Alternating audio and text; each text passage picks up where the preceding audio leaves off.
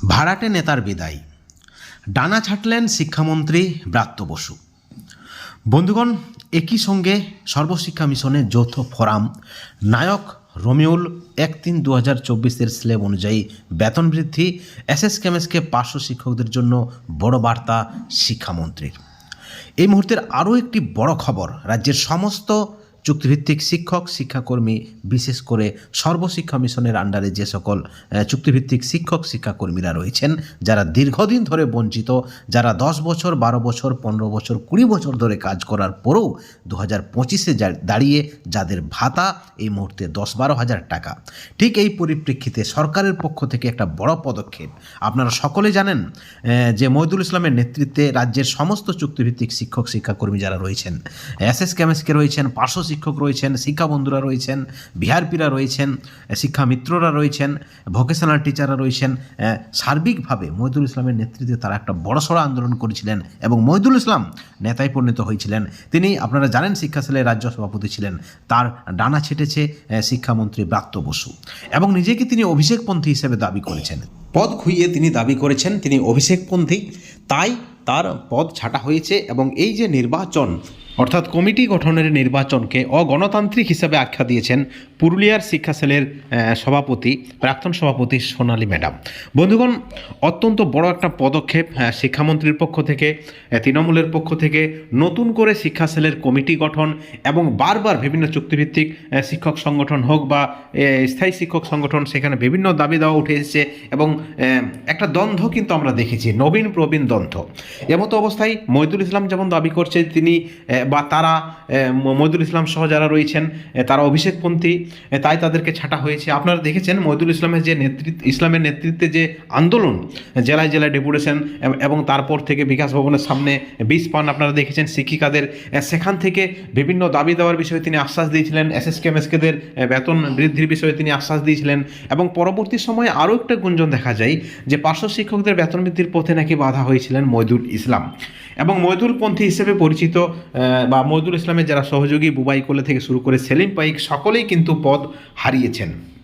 আপনারা দেখেছেন আবার তৃণমূল পার্শ্ব শিক্ষক সমিতির সভাপতি রয়েছেন রমিউল ইসলাম, সহসভাপতি জীবন কুমার দাস, এবং সেখানেও পুরনোদের ছাঁটা হয়েছে কিন্তু রমিউল ইসলামকে বাদ দেওয়া হয়নি। অর্থাৎ কোথাও না কোথাও শিক্ষামন্ত্রীর আস্থাতে রয়েছে রমিউল ইসলাম এবং সেখান থেকে আরও গুরুত্বপূর্ণ যে খবর রয়েছে, শিক্ষামন্ত্রী নতুন করে যে কমিটি গঠন করে দিয়েছে সর্বশিক্ষা মিশনের আন্ডারে যে সকল কর্মীরা রয়েছেন, পার্শ্ব শিক্ষক, এসএসকেএমএসকে, শিক্ষাবন্ধু, একাডেমিক সুপারভাইজার থেকে শুরু করে ম্যানেজমেন্ট স্টাফদের বা সকল সর্বশিক্ষা মিশনের কর্মীদের, এবং সেখান থেকে দাবি দেওয়ার বিষয়ে কিন্তু একটা পজিটিভ ইঙ্গিত বা পজিটিভ আশ্বাস দিয়েছেন শিক্ষামন্ত্রী। অর্থাৎ সরকারপন্থী সংগঠনের নেতৃত্বরা যদি একত্রিতভাবে জোরালোভাবে দাবিটা রাখে সরকারের কাছে, সেই দাবিটা কিন্তু সহজেই পূরণ হয়, এই বিষয়টা আমরা সকলে জানি। এমতো অবস্থায় ডানা ছাঁটলেন শিক্ষামন্ত্রী ব্রাত্য বসু মহিদুল সোনালীদের এবং সর্বশিক্ষা মিশনে যে যৌথ ফোরাম গঠন করেছে, আপনারা দেখেছেন সেখানে নায়ক কিন্তু রমিউল ইসলাম এবং রমিউল ইসলাম বারবার একটা কথা তিনি বলেছিলেন যে তিনি একত্রিতভাবে দাবি আদায়ের চেষ্টা করবেন এবং তার ফলেই আপনারা দেখেছিলেন পার্শ্ব শিক্ষক জয়েন্ট ফোরাম গঠন হয়। যদিও জয়েন্ট ফোরাম টিকেনি, সেখানেও কিন্তু তারা জয়েন্ট ফোরামের পক্ষ থেকেও তারা কিন্তু দাবি সরাসরি মুখ্যমন্ত্রীর কাছে পৌঁছে দিয়েছিলেন 1/3/2024 স্ল্যাব অনুযায়ী পার্শ্ব শিক্ষকদের বেতন বৃদ্ধি।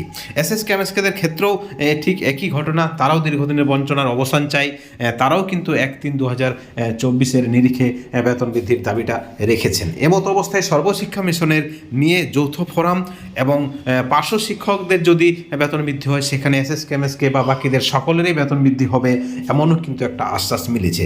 এখন প্রশ্ন হচ্ছে, আদৌ কি দাবি পূরণ করবে তৃণমূল সরকার, শিক্ষামন্ত্রী, মুখ্যমন্ত্রী? বন্ধুগণ, আপনাদেরকে জানিয়ে রাখি, আমরা এই বারবার আপনাদের কাছে যে বিষয়টা আমরা তুলে ধরেছিলাম অনেক দিন থেকেই, গত কয়েক মাস থেকেই আমরা আপনাদেরকে বলে এসেছি যে আমরা বিভিন্ন দপ্তরে গেছি, আমরাও শিক্ষামন্ত্রী দপ্তরে গেছি, বিকাশ ভবনে গেছি, সেখানে আধিকারিকদের সঙ্গে আমাদের যে সম্পর্ক রয়েছে, নিজস্ব সূত্র মারফত আমাদের কাছে যে খবর রয়েছে, বিভিন্ন তৃণমূলের নেতৃত্বদের কাছে আমরা যোগাযোগ করেছি বা তাদের কাছ থেকেও যে খবর রয়েছে, চুক্তিভিত্তিক সংগঠনের প্রায় সকল নেতৃত্বের সঙ্গে আমাদের যোগাযোগ রয়েছে। প্রত্যেকেই কিন্তু একটা বিষয়ে একমত ছিলেন, সেটা হচ্ছে সরকারের একটা সদিচ্ছা রয়েছে প্রত্যেক চুক্তিভিত্তিক শিক্ষক শিক্ষাকর্মীদের বেতন বৃদ্ধির। এমতো অবস্থায় সবথেকে যেটা বড় বিষয় দাবি আদায়ের বা বঞ্চনার অবসান না হওয়ার, সেটা হচ্ছে একতার অভাব। আপনারা যদি দেখেন দুর্গাপূজার আগেই একটা জল্পনা ছিল, একটা বার্তা দেওয়া হয়েছিল সরকারপন্থীদের পক্ষ থেকে, কিন্তু সেখানেও কিন্তু একটা বিভেদ ছিল। সরকারপন্থীদের এক শ্রেণীরা যারা এই মুহূর্তে পদ হারিয়েছেন তারা কিন্তু আগ বাড়িয়ে বিভিন্ন বার্তা দিচ্ছিলেন, এবং যদিও সেই বার্তা সফল হয়নি, কিন্তু যে খবর ছিল সেটা কিন্তু সঠিক। ঘোষণা হওয়ার সম্ভাবনা ছিল, বেতন বৃদ্ধির সম্ভাবনা ছিল। আপনারা যদি দেখেন 1019 যে জিও, সেখানে কিন্তু কন্ট্রাকচুয়ালদের 5, 10 বছর, 15 বছর, 20 বছরের এক্সপিরিয়েন্স অনুযায়ী বেতন বৃদ্ধির অর্ডার রয়েছে।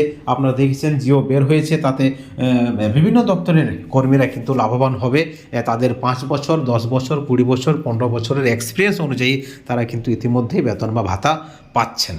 আপনারা দেখেছেন সেখানে পার্শ্ব শিক্ষক এসএসকেএমএসকেরা বাদ রয়েছে, অর্থাৎ সর্বশিক্ষা মিশনের আন্ডারে, যে প্রজেক্টের আন্ডারে যে সকল কর্মীরা রয়েছেন তারা আদৌ এই অর্ডারের মধ্যে পড়ে কিনা সেই নিয়ে একটা যথেষ্ট সন্দেহ রয়েছে। কিন্তু প্রশ্ন হচ্ছে, সরকারের পক্ষ থেকে যে সদিচ্ছা সকলেরই বেতন বৃদ্ধি করার একটা পজিটিভ খবর ছিল, এবং কম বেশি সকলেরই বেতন বৃদ্ধি হবে, এই খবরটাও কিন্তু আমাদের কাছে ছিল। শুধুমাত্র সর্বশিক্ষা মিশনের নয়, যারা ভিআরপি রয়েছেন, ভোকেশনাল টিচার রয়েছেন, পার্ট টাইম শিক্ষক রয়েছেন, অর্থাৎ সকল ধরনের চুক্তিভিত্তিক শিক্ষক, শিক্ষাকর্মী এবং কর্মী সকলের জন্য এক ভাতা বৃদ্ধির একটা ইচ্ছা বা সদিচ্ছা বা একটা খবর আমাদের কাছে ছিল। যাই হোক, বিভিন্ন দপ্তরের বেতন বৃদ্ধি বা ভাতা বৃদ্ধি হয়েছে, একাধিক দপ্তরের এখনও বেতন বৃদ্ধি বা ভাতা বৃদ্ধি হয়নি। তার মধ্যে যারা সংখ্যায় সব থেকে বেশি পার্শ্ব শিক্ষক, এসএসকেএমএসকে শিক্ষাবন্ধুরা রয়েছেন, পৌরসভা মাদ্রাসার কর্মীরা রয়েছেন, এবং এই মুহূর্তে যে খবর রয়েছে নতুন করে কমিটি গঠন, এবং এই কমিটির মাধ্যমে 2025-এই সকল বঞ্চনার অবসান হবে, যেমনটা কিন্তু আমরা সূত্র মারফত খবর পাচ্ছি। বন্ধুগণ, একই সঙ্গে আপনাদের কাছে আমরা তুলে ধরতে চাই একটা বিষয়, যেখানে বলা হচ্ছে, শিক্ষামন্ত্রী নিজেও মুখে বলেছেন যে সব কিছু রেডি, অর্থাৎ পার্শ্ব শিক্ষকদের, এসএসকেএমএসকেদের, শিক্ষাবন্ধুদের বেতন বৃদ্ধির সব কিছু রেডি, শুধুমাত্র মুখ্যমন্ত্রীর একটু সদর্থক ইঙ্গিতের প্রয়োজন রয়েছে।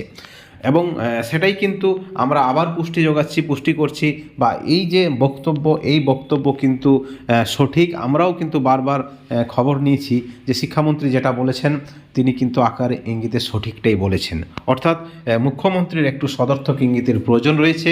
এবং সেই সঙ্গে দেখার যে নতুন কমিটি কিভাবে 2025-এ সমস্ত বঞ্চিত চুক্তিভিত্তিক শিক্ষক শিক্ষাকর্মীদের বঞ্চনা অবসানের জন্য তারা কিভাবে একত্রিতভাবে পরিকল্পিতভাবে দাবি আদায়ের চেষ্টা করছে, দাবিটা মুখ্যমন্ত্রীর কাছে পৌঁছাতে তারা সক্ষম হচ্ছে কিনা, মুখ্যমন্ত্রীর মন জয় করতে সক্ষম হচ্ছে কিনা, সেটাও কিন্তু দেখার।